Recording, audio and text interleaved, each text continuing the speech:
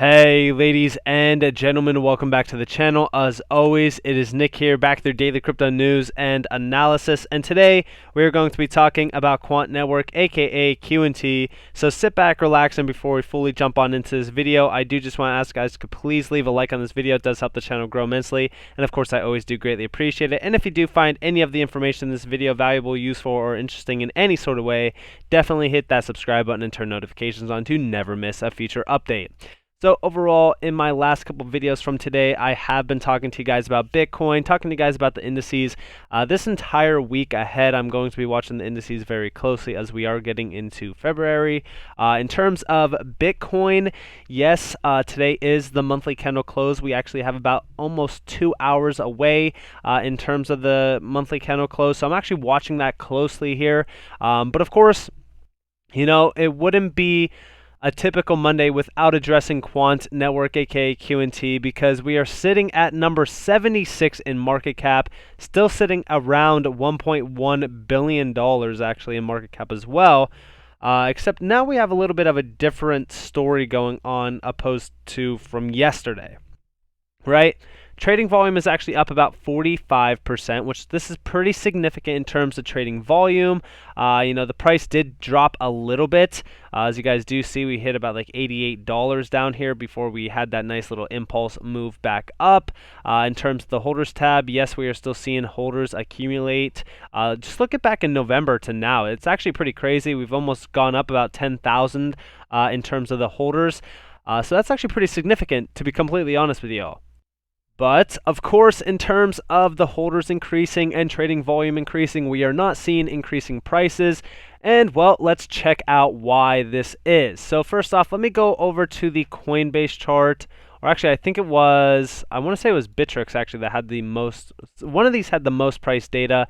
I got to just find it real quick. I know it's annoying, but it is what it is. So actually, here we have it. So this is the Tether USDT chart from KuCoin. Has the most price data. We do see the RSI is actually still oversold down here, which means, guess what? On any major impulsive move here, the RSI is not going to be into, you know, overbought areas for a very long time. We are seeing a lot more volume actually flowing into QNT today. As you guys do see, the volume is actually pretty significant, almost as significant as January 23rd. Of course, we do want a lot more volume. In fact, we actually want as much volume as we had back here in September to really kind of push us up out of this channel that we're in, specifically breaking over the 786, leading into the 702, which again is the major demand zone. Like the 702, the 618 is pretty much the demand zone before we went to the current all-time high on QNT. But we can actually also address real quick the elephant in the room, which is of course the Bitcoin price chart for QNT. We are actually still at a fairly bad level. I mean, this is not like a great level that we're at. I wish that there was a lot more. All right, so actually we do have more price data on the Bittrex one. So here's our level that we're currently at. We could actually check out on the overall horizontal line here, pretty much where we are at. We're pretty much testing these lows going back to, you know, pretty much the July timeframe. This is pretty much that demand zone. Would not be surprised if we actually came down and tested these levels down here, pretty much having a solid bounce at around like this 228,697 sat level. It's a pretty significant level to actually target and bounce off of if that is the case.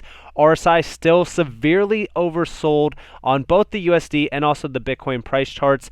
So I'm actually awaiting, you know, further confirmation on if we are going to, you know, go low or not. Of course, that is on Bitcoin currently. If Bitcoin does have an impulsive move down, then we will see a lot of these altcoins actually kind of break down as well. So I'm awaiting that overall. But in general, for the overall volume here and for the RSI, the volume is increasing, which is pretty good. I want to still see, like overall, I want to see the volume stabilize over this week. I want to see it have a lot more volume, but I also want us to be back up into this nice channel, which is pretty much, you know, 145 to like about 100 and, you know, $80 almost. That's pretty much the level that I'm awaiting for in terms of QNT. But, you know, we also have to await Bitcoin. Bitcoin is pretty much the big player right now, especially with dominance at around 42%. We still haven't yet to break above 40K. I am awaiting 41K currently. But let's talk about some updates within the QNT scene, specifically. We talk about that video from the other day. We do see, if you're in crypto, I suggest you read this tweet, watch the video, listen closely to what he says, and think to yourself why this is not talked about. And this is talking about, QNT being the only blockchain-related guarantor of Pay UK alongside HSBC, Bank of Ireland, Bank of Scotland, Barclays, and even Santander. GV showing Alpha.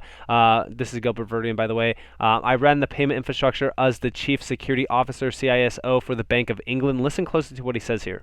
We've solved interoperability at scale, and the background to money is a 20-year career in cybersecurity. I ran the payment infrastructure as the Chief Security Officer for the Bank of England, so keeping all the money safe across all the payment systems and the payment rails. And now we're also company guarantors to Pay UK, putting the strategy in place for future payments, including central bank money as well, but creating an ecosystem around what's the potential of money and what we can do with it. And that's my interest. We're shaping.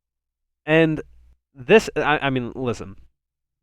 I don't like to go off of just, videos alone and be like, all right, well, I'm buying QNT because of this. No, I don't like to do that at all. But when we see the connections being built, when we see the rails for the future system being built, that will have massive amounts of train carts riding over them with tons of value, that's when I start getting bullish. Okay. I will break down Pay UK tomorrow. I'm going to break it down to you guys and talk to you guys about how big that actually is as a partnership with QNT, or maybe QNT is working with them. We don't know.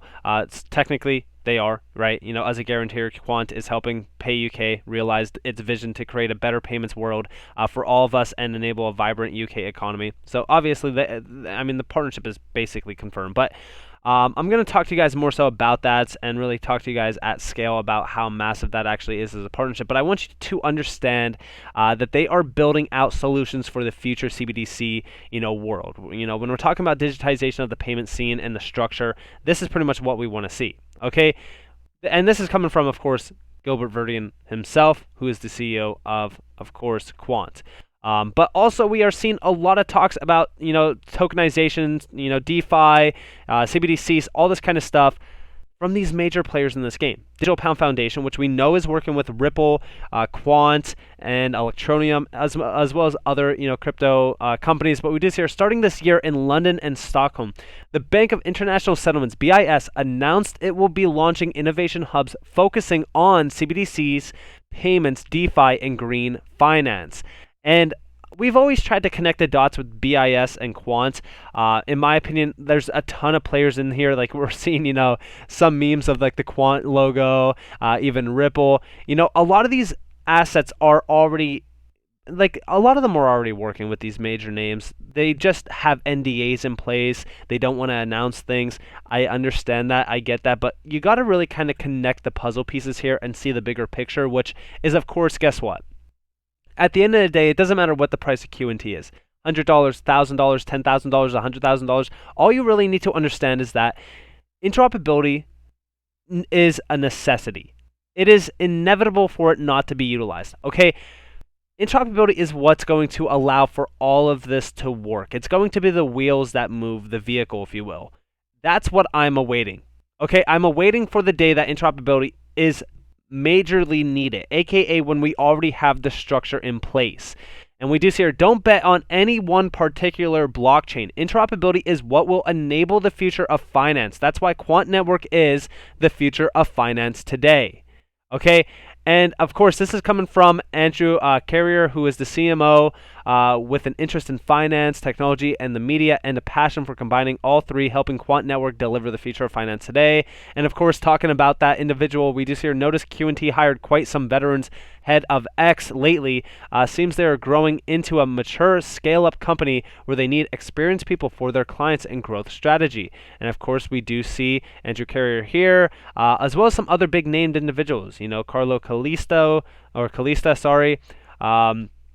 And other individuals. These are head of positions, by the way, so these are higher up individuals. And of course, we do see, to add, these kinds of people don't leave their long-term veteran jobs unless they have a glimpse of Quant's future. And they do. I mean, they understand what this technology is doing. A lot of these individuals that are working with Quant as well are coming from the financial, sector. They know what finance is lacking. They understand what finance actually needs as well. I want you to all understand that when we're talking about crypto, when we're talking about crypto at mass adoption, where crypto is being utilized by, me, you, your friends, your family, without them even knowing that, crypto is behind the scenes, that's what we want to see. That's the world that we're awaiting to get to. That world is not too far away. In my opinion, when we're talking about crypto adoption, to me, it's just the idea of it being utilized the way it's properly supposed to. And that is revolutionizing the payment rails that we already have in place that are extremely outdated and inefficient. Crypto is solving these issues. Crypto is revolutionizing these payment structures and infrastructures in general. Okay? And last but not least, I do just want to wrap this up, talking more so about Gilbert Verdian. So we do see here, Gilbert Verdian got sick of no interoperable solution for patient data at NSW Health. He then created the ISO standard for interoperability for distributed ledgers, TC307, then built a crypto project from scratch around universal interoperability, aka Q&T. Real G's move in silence. And we do see his overall background here. HSBC, CSO, and Deputy CTO, 2009 to 2011, Security and Programs, 2011 to 2012, Ministry of Justice, Security Lead, 2012 to 2013, Security Council and CISO, 2014 to 2016. I mean, he has an incredible background. I mean, it's absolutely crazy in terms of his background in general. But you also have to look at the overall idea on his guide as well. Founded Quant in 2018 after frustrations working with tech at NSW. Founder and creator of ISO TC307, supported by over 50 countries, multiple high authority regulator positions as well. And there's a ton of connections here. But overall, when we're talking about, interoperability for, healthcare as well, it is a big call for concern. It's not all about the big money. I understand that we're always focused on banks, CBDCs, finance. Think about it like this. Interoperability actually focuses on so much more: the Internet of Things, the Internet of Value. Interoperability will flood into almost everyday life, no matter if you're utilizing, finance or not. Even healthcare is going to be disrupted by interoperability. Anything that needs to be able to transact data from one peer to the other peer is going to have to utilize some sort of interoperability layer. And I do believe that currently, right now, in the Internet of Things, we have major problems and concerns with interoperability, and guess who is going to solve this? We don't know for certain if it's only Quant that is going to have these major, overall use cases in store, but we just know from yesterday's video that the gateway API that Quant actually has developed is incredible compared to Oracle's, compared to any other interoperable solution. And of course, Quant Network has patented their technology, which is incredible to be said, because guess what? That makes it the only player that is certified in order to solve a lot of these problems. So with that being said, I hope that you all enjoyed this video. If you guys did, definitely leave a like, subscribe, turn notifications on if you guys want more free content. You guys are more than welcome to follow me on Twitter and join the free Discord down in the description below. As always, I hope that you all have a beautiful day or a beautiful night wherever you guys are in this beautiful world. This has been Nick. Peace out, guys.